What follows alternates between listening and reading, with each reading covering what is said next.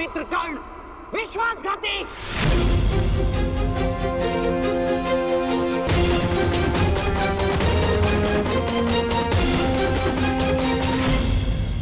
ये क्या क्या कर रहे हो? कुछ नोटिए।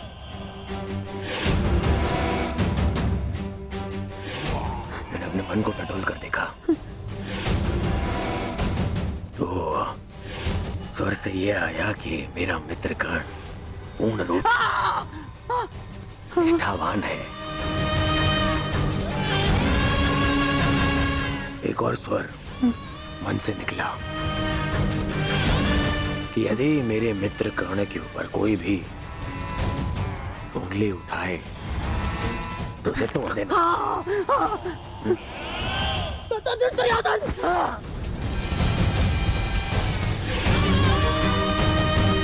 केवल इसलिए कि आप मेरे मामा श्री हैं।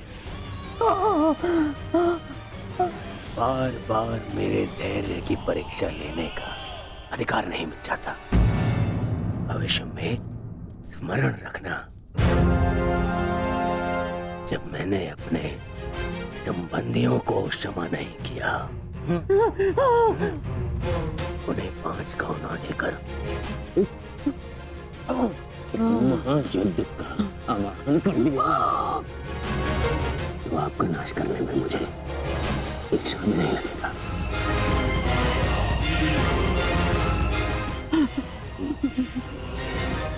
इसलिए स्मरण रखना,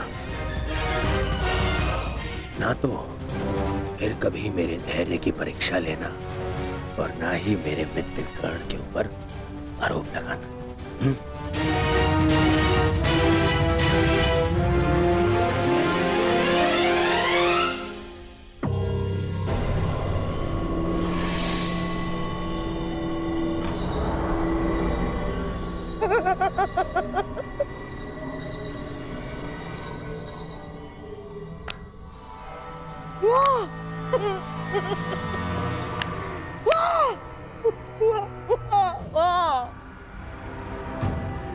मेरे होने वाले सम्राट, वाह! आज तुमने उस पुत्र के कारण अपने उस मामा का अपमान किया जो अपना सब कुछ त्याग कर तुम्हारे हित के लिए, केवल तुम्हारे हित के लिए अपनी बहन के घर श्वान बनकर बैठा है। तुमने उस मामा का अपमान किया जिसने अपना श्वास, अपना ध्यान, अपनी आस, अपना अभ्यास सब कुछ न्योछावर कर दिया अपने होने वाले सम्राट के लिए। तुमने उस मामा का अपमान किया दुर्योधन, जिसने साम, दाम, दंड, भेद, युक्ति, कपट, छल, कुचक्र, षड्यंत्र सबकी पराकाष्ठा कर दी। क्यों? अपने होने वाले सम्राट के लिए है? और तुमने उस मामा का अपमान किया उसके लिए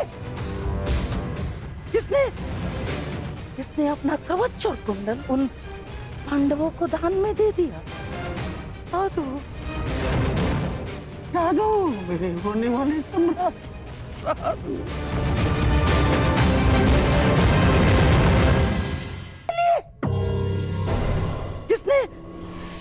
जिसने अपना कवच और कुंडल उन पांडवों को दान में दे दिया। मेरा कवच, मेरा कौशल, मेरी प्रतिभा नहीं, वो केवल एक ढाल थी।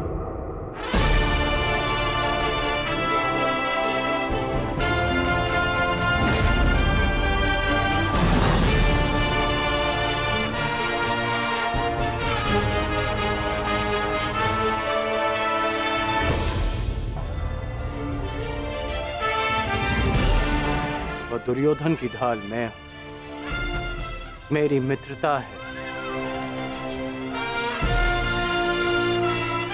और ये मित्रता मेरे लिए मेरे प्राणों से भी अधिक महत्वपूर्ण है। मैंने सदैव अपने मित्र के प्रति अपनी निष्ठा सिद्ध की है और आज भी मैं ऐसा ही करूंगा।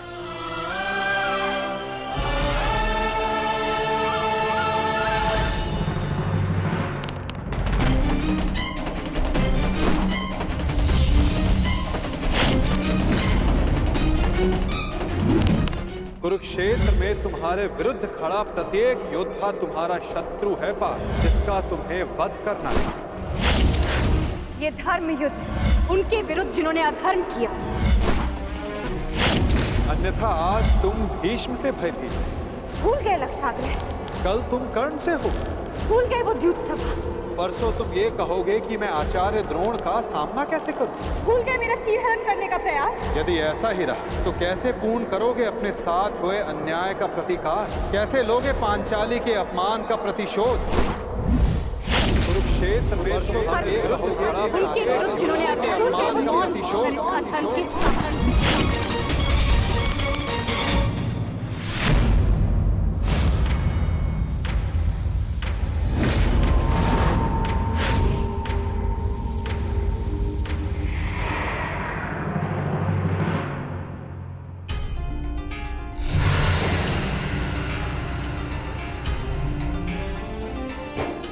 पुत्र का धर्म होता है बढ़ती आयु में अपने पितामह को संभालना। मैं युद्ध क्षेत्र में मैं कैसे गिरा सकता हूं? जिन्होंने मुझे धनुष उठाना सिखाया, जिनके कारण आज मैं सर्वश्रेष्ठ धनुर्धर हूं, उन गुरु द्रोण पर बाण संधान कैसे कर सकता हूं मैं? जीवन में पहली बार आज मेरे हाथ कांप रहे हैं। अर्थात ये सब ठीक नहीं, ये सब ठीक नहीं।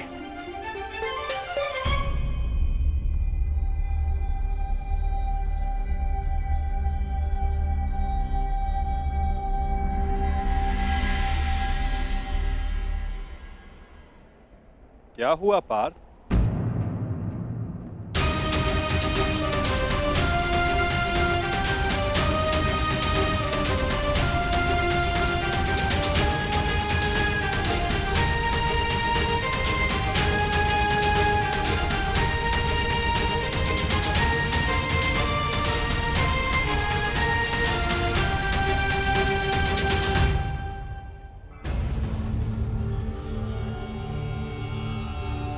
जो अपने दृढ़ संकल्प और अचूक लक्ष्य भेदन के लिए जाना जाता है, जो केवल शब्द सुनकर उसका लक्ष्य भेद कर सकता है, आज वही अर्जुन विचलित है या उसके बाण विचलित है? पार्थ, कुछ कहना चाहते हो?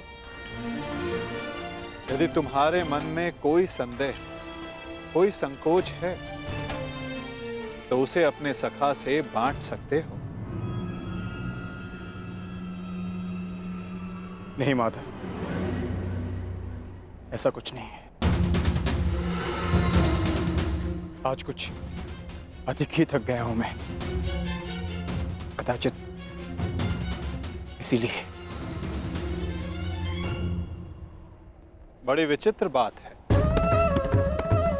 जो अर्जुन इतने वर्षों की कठिन तपस्या में नहीं थका, जो 12 साल के वनवास में और 1 साल के अज्ञातवास में नहीं थका, वो आज केवल 1 दिन में थक गया।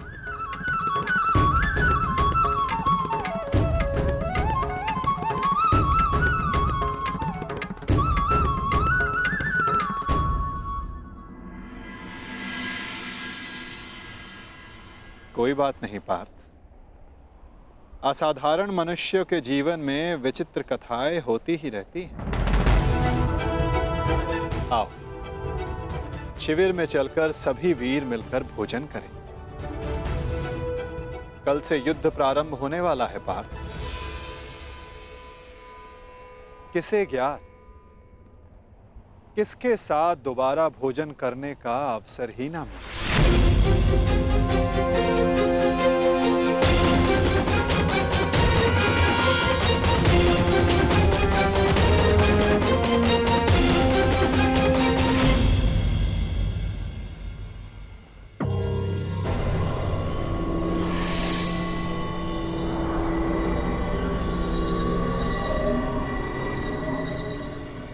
सबको यहाँ पे क्यों बुलाया गया है मामाश्री? क्या? मुझे तो लगा कि तुमने हम सबको यहाँ एकत्रित होने का आदेश दिया है।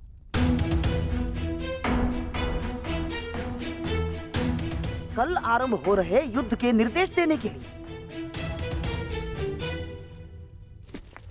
मैंने आप सबको यहाँ बुलाया है।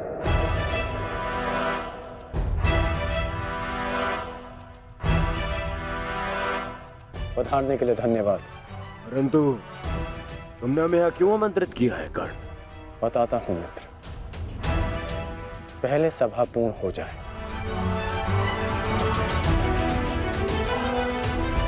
अभी एक योद्धा का आना शेष है।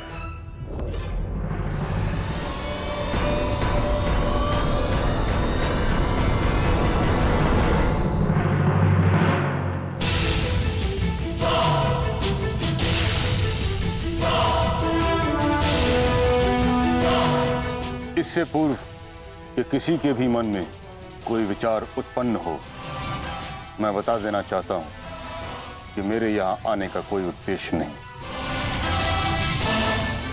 मैं यहाँ केवल अंगराज के आग्रह पर उपस्थित हुआ हूं।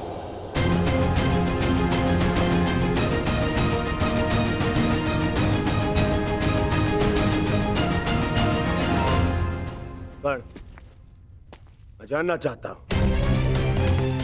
इस सभा को बुलाने का उद्देश्य क्या है मित्र?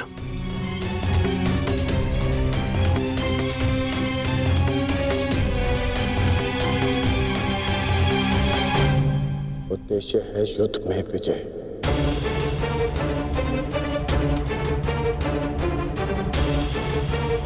तुम अपने मित्र मोह में आकर बहुत बड़ा अनर्थ करने जा रहे थे, और एक सच्चा मित्र होने के नाते मैं तुम्हें ये अनर्थ नहीं करने दूंगा।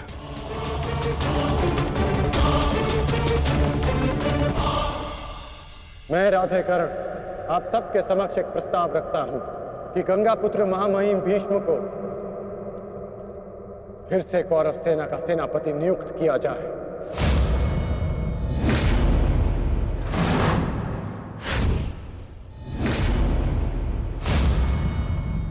और ये घोषणा करता हूं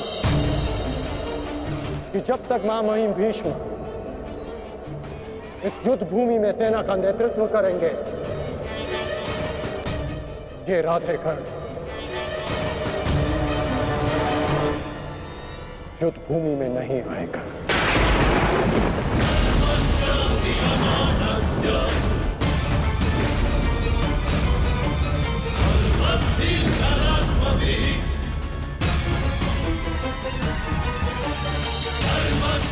ये तुम क्या कह रहे हो मित्र? मुझे इस युद्ध में तुम्हारी अपने मित्र की ही सबसे अधिक आवश्यकता है। महामहिम से भी अधिक? नहीं मित्र, तुम भूल कर रहे हो। मैं कवच खोया योद्धा हूं, और महामहिम हस्तिनापुर के कवच हैं। तुम्हें मुझसे अधिक आवश्यकता उनकी है।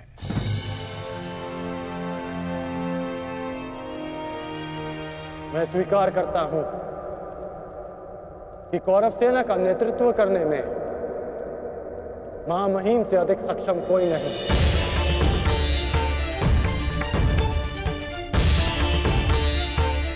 मैं भी नहीं।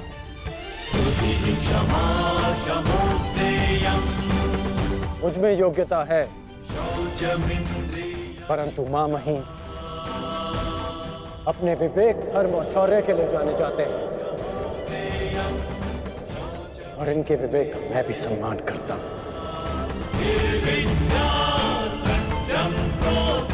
यदि महामहिम मुझे युद्ध से दूर रखना चाहते हैं, तो अवश्य इसके पीछे कोई महत्वपूर्ण कारण होगा जिसमें सबका हित होगा। मैं ये सब इसलिए कर रहा हूं क्योंकि मैं तुम्हें हस्तिनापुर के सिंहासन पर देखना चाहता हूं। मेरा लक्ष्य पूर्ण करने के लिए मैं ऐसे 1000 स्वप्न का बलिदान दे सकता हूं।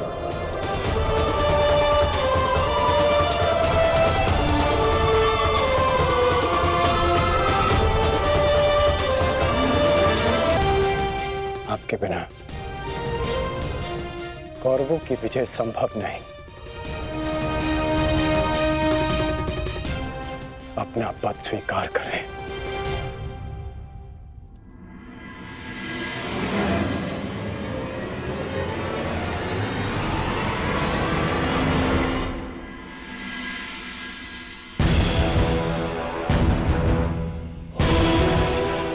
हर हर महादेव, हर हर महादेव, हर हर महादेव।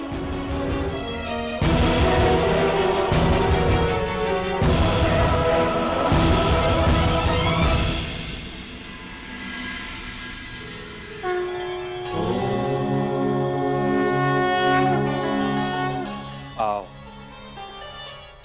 हम साथ मिलकर ये अमृत तुल्य भोजन ग्रहण करें, हमें शक्ति मिले, हमारा तेज एक होके बढ़े,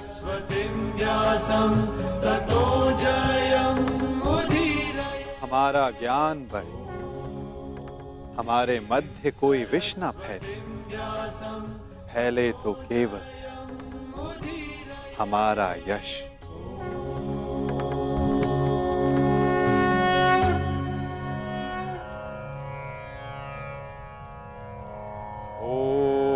सहना भवतु। ॐ सहना भवतु, सहनो भुनक्तु, सह वीर्यं करवावहे, सह वीर्यं करवावहे, तेजस्विनाय धीमस्तु, तेजस्विनाय धीमस्तु, मा विद्विषावहि, मा विद्विषावहि। ओम शांति शांति शांति।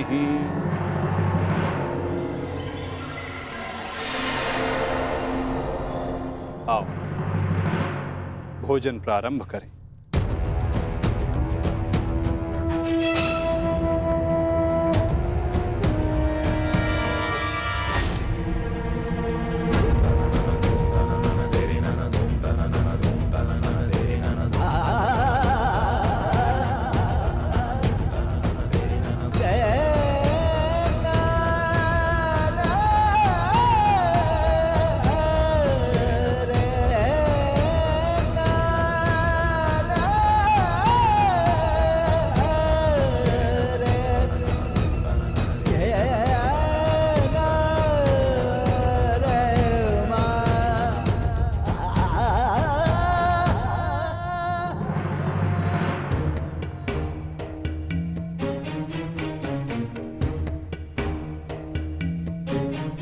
पिताश्री, रात्रि गहरी हो चुकी है, आपको विश्राम कर लेना चाहिए।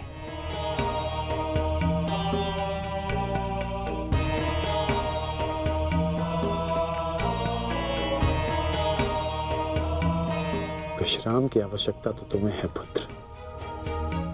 कल इस महायुद्ध में तुम्हें अपना कौशल दिखाने के लिए प्रस्तुत जो होना है, कल मेरे लिए बहुत बड़ा दिन है कि मेरा पुत्र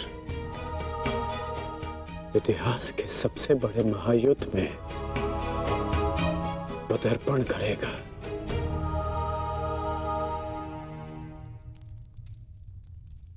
मुझे गर्व है तुम पर।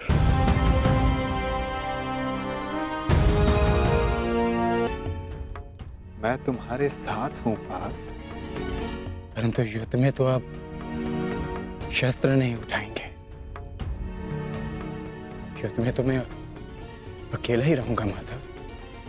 और यदि इस युद्ध में मैं तुम्हारे साथ उपस्थित रहा तो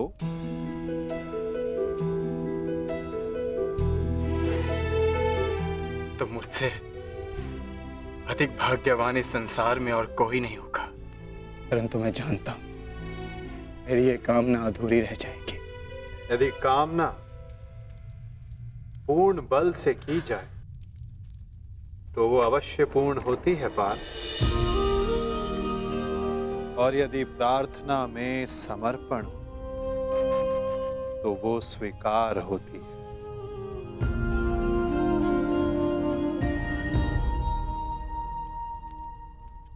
मैं आप सबके समक्ष एक घोषणा करना चाहता हूं।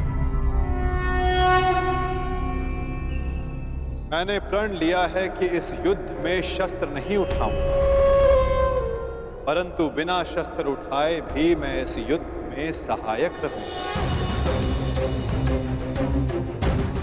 मैं वासुदेव कृष्ण ये घोषणा करता हूं कि इस महायुद्ध में मैं उस योद्धा का मार्गदर्शन करूंगा जिसे इस युद्ध की दिशा निर्धारित करनी है।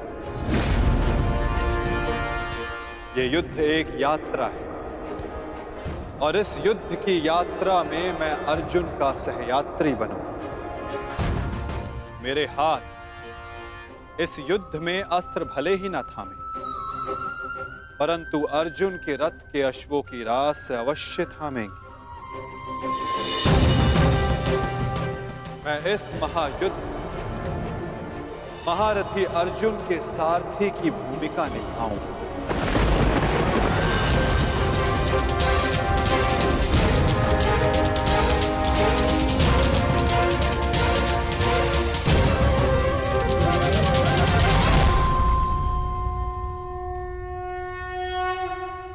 नहीं माधव, मैं रथी बनकर आपको आदेश दूं, यह संभव नहीं। आपका स्थान सबसे ऊंचा है और मैं स्वयं आपको नीचे स्थान पर बैठने नहीं दे सकता। पार्थ, कौन ऊंचे स्थान पर बैठा है और कौन नीचे स्थान पर, ये तो देखने वाले के दृष्टिकोण पर निर्भर करता है। तुमने कहा कि मैं सबसे योग्य हूं, और जो सबसे योग्य होता है उसका धर्म होता है कि वो अपने से छोटों का मार्गदर्शन करे, और मैं इस युद्ध में यही करूंगा। मैं इस युद्ध में तुम्हारा सारथी इसलिए बनूंगा यदि तुम अपने लक्ष्य के मार्ग से भटक जाओ तो पुनः तुम्हें तुम्हारे लक्ष्य के मार्ग पर ला सकूं। पार्थ, मुझ पर विश्वास है ना? निष्ठा है माधव।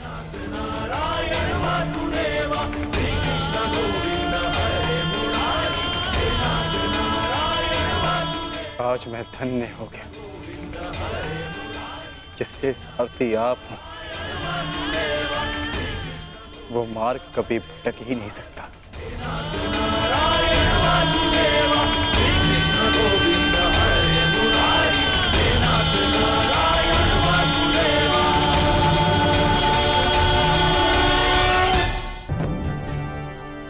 वचन कि आपका गर्व बढ़ेगा और सर नीचा होगा उन लोगों का जिन्होंने आपको इस युद्ध में प्रवेश करने से रोका। मैं आपकी तुलना करने में भले ही समर्थ नहीं, परंतु शत्रु मेरी तुलना आपसे अवश्य करेंगे पिताश्री। वचन देता हूं पिताश्री की वृषसेन के धनुष से निकले हर एक बाण पर अंगराज कर्ण के कौशल का चिन्ह होगा। मेरे हर एक प्रहार पर आपके परिवर्तन की छाप होगी पिताश्री। आपका कवच भले ही शत्रुओं ने आपसे छीन लिया हो पिताश्री, परंतु मैं शत्रुओं के एक एक वार पर ढाल बनकर युवराज दुर्योधन और अपने पक्ष की रक्षा करूंगा। कि आपका प्रत्येक स्वप्न मैं पूर्ण करूंगा। या पूर्ण करने के प्रयास में वीर गति को प्राप्त हो जाऊंगा।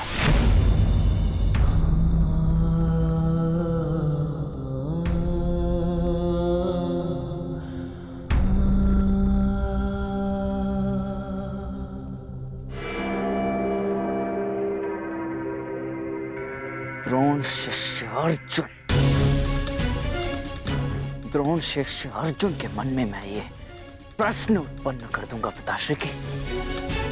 यदि अंगराज कर्ण का अंश उन पर इतना भारी पड़ रहा है तो तब क्या होगा जब स्वयं अंगराज कर्ण से उनका सामना होगा।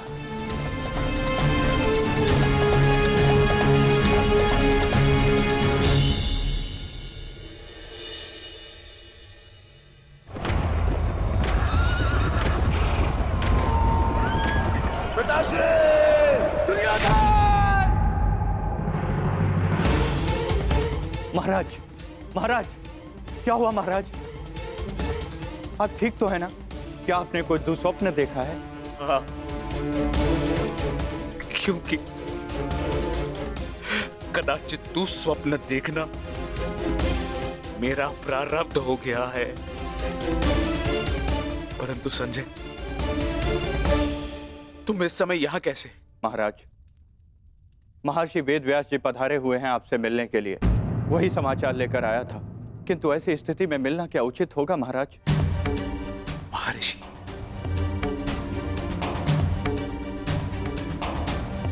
अवश्य ही कुछ उचित सोचा होगा, तभी पधारे हैं। उन्हें सादर अंदर ले आओ संजय। जैसी आज्ञा महाराज।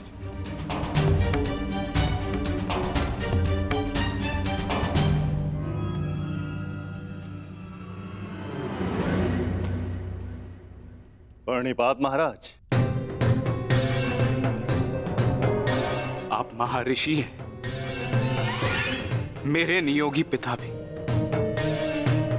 इस प्रकार प्रणिपात करके और मुझे महाराज कहकर मुझे लज्जित ना करिए। आइए, आपका स्वागत है। आइए, आइए। मैं यहां अपने नियोगी पुत्र से मिलने नहीं, अपितु हस्तिनापुर नरेश को चेताने आया हूं। ये बताने आया हूं कि यह समय सोने का नहीं, अपितु जागने का है। इस महायुद्ध को रोकने का है। यह इस महायुद्ध से पूर्व की अंतिम रात्रि है। इस महायुद्ध को रोकने का प्रयत्न कीजिए महाराज। यदि एक बार यह युद्ध आरंभ हो गया तो इस अनर्थ को रोकना असंभव हो जाएगा।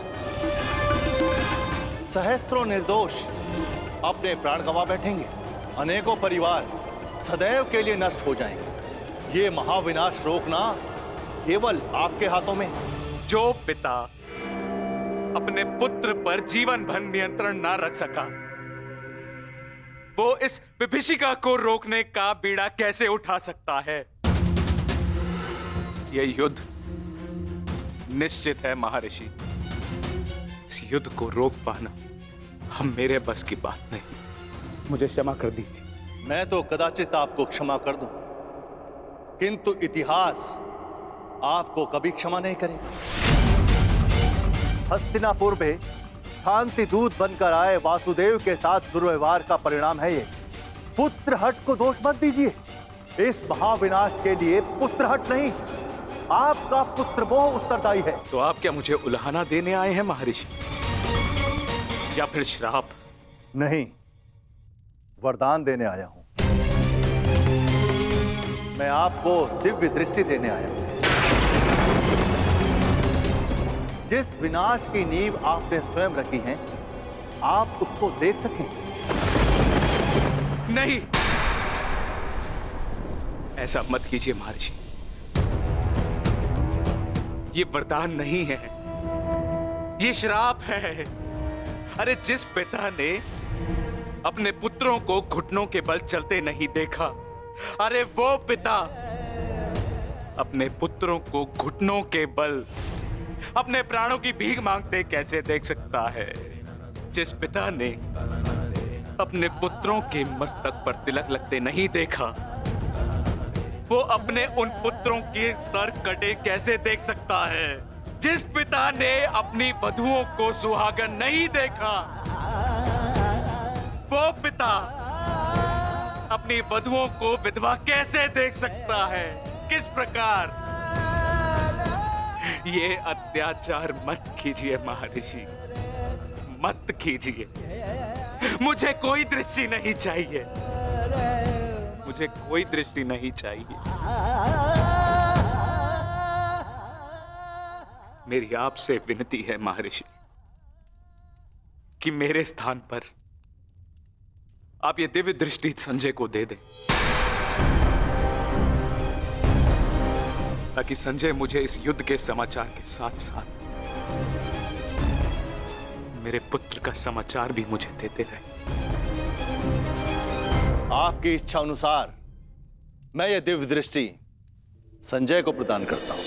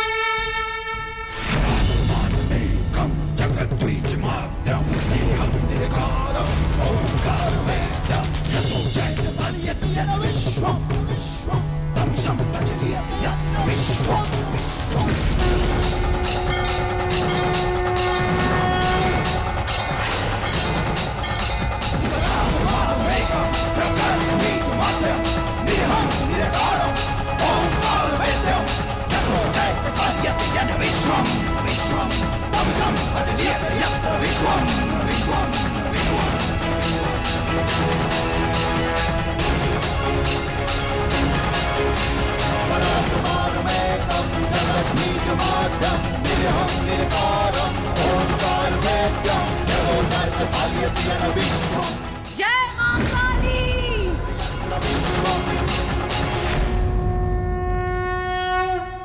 अपना सर्वश्रेष्ठ प्रदर्शन करना पुत्रों। अपने पिताओं की प्रतिज्ञा को स्मरण रखना और अपनी माता के अपमान को मत भूलना।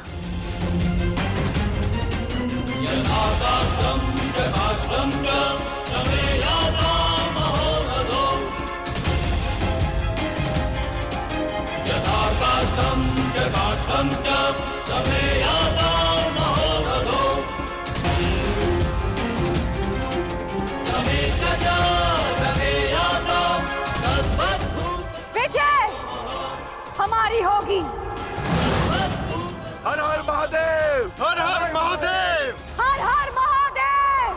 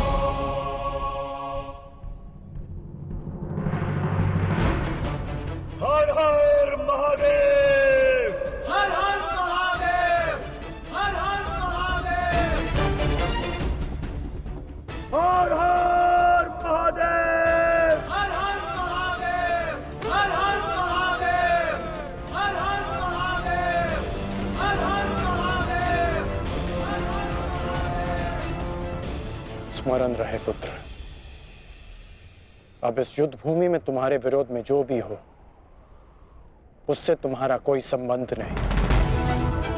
तुम्हारा संबंध केवल तुम्हारे कर्तव्य और तुम्हारे लक्ष्य से है। यदि मेरे स्थान पर आप होते तो क्या आपके लिए ये स्वीकार कर लेना इतना ही सरल होता पिताश्री?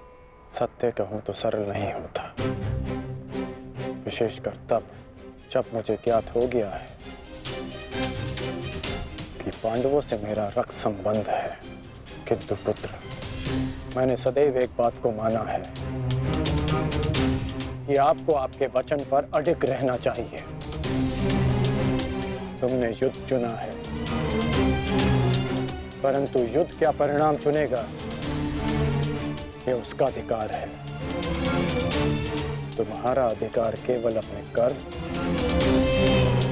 और अपने कर्तव्य पर है। इस युद्ध में अपना सर्वश्रेष्ठ प्रयास करना।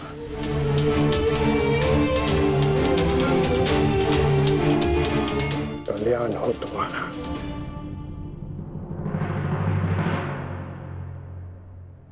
हर हर महादेव! हर हर महादेव! हर हर महादेव!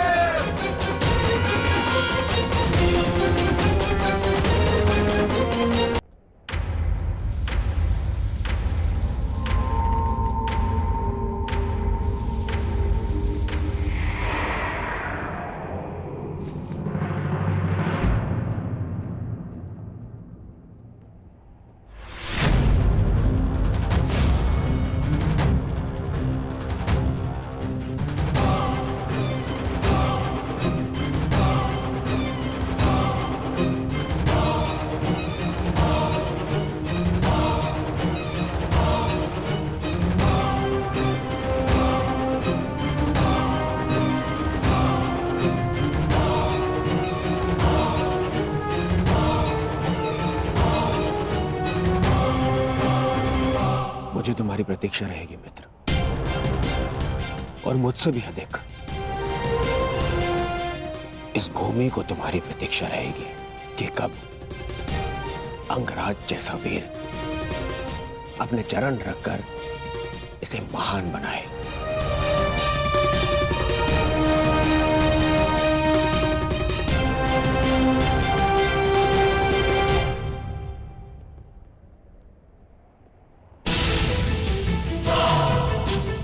सुरक्षित रहना।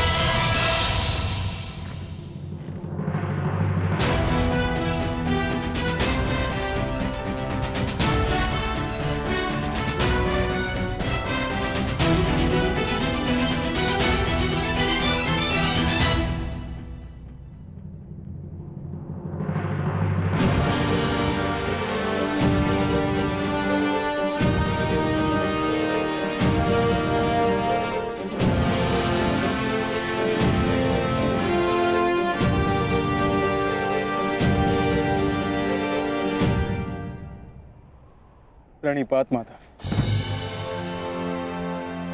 कल्याण वस्तु। आओ पार्थ, रथ पर आरूढ़ हो जाओ।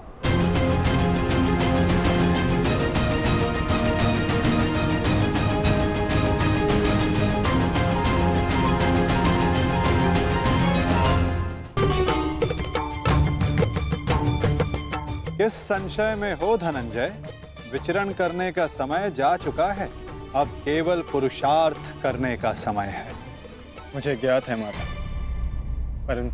किंतु परंतु मोल भाव, ये लक्षण व्यापारियों के होते हैं पार्थ। धर्म युद्ध के योद्धाओं के लिए ये शब्द निरर्थक हैं। पाप नाशनी गंगा बहती जाती है, किंतु परंतु नहीं करती। अंधकार नाशक सूर्य किंतु परंतु नहीं करता। और अधर्म का नाश करने को सज्ज अर्जुन की तुनीर में भी इन संदेहों का कोई स्थान नहीं। तुम्हारा सारथी युद्ध में तुम्हारा मार्गदर्शन करने को सज्ज है पार्थ। आओ, अपना स्थान ग्रहण करो।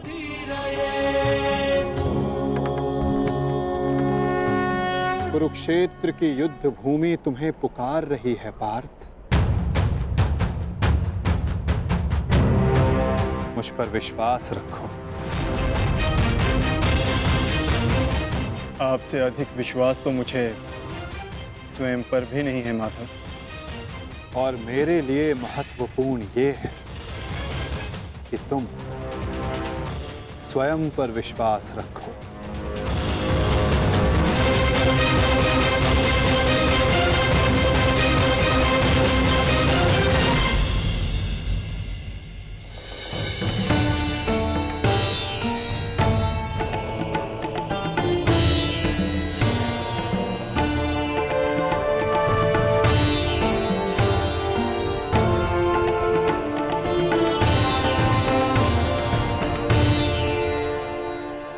कुछ भूल तो नहीं रहे हो पार्थ?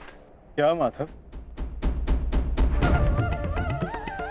भ्राता भीम को वीर हनुमान ने इस युद्ध में आप सबकी सहायता करने का वचन दिया था। उनका साथ आप सबको साहस, शक्ति और निडरता देगा। बजरंग बली का आवाहन करो पार्थ।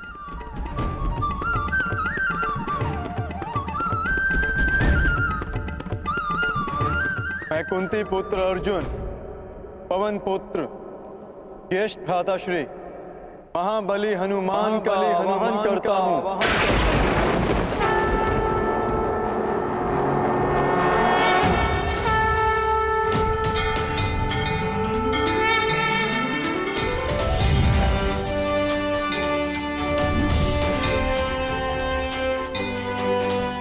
हे महाबली हनुमान, मेरे रथ के ध्वज पर विराजमान हुई। अंजनी गर्भ संभूता कपिंद्र सचिवोत्तम। अंजनी गर्भ संभूता कपिंद्र सचिवोत्तम। राम प्रिय नमस्तुभ्यं। बजरंग बली पधार गए।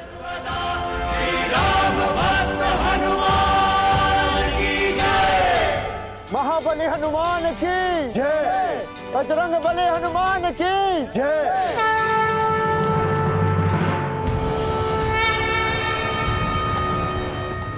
युद्ध का पहला दिन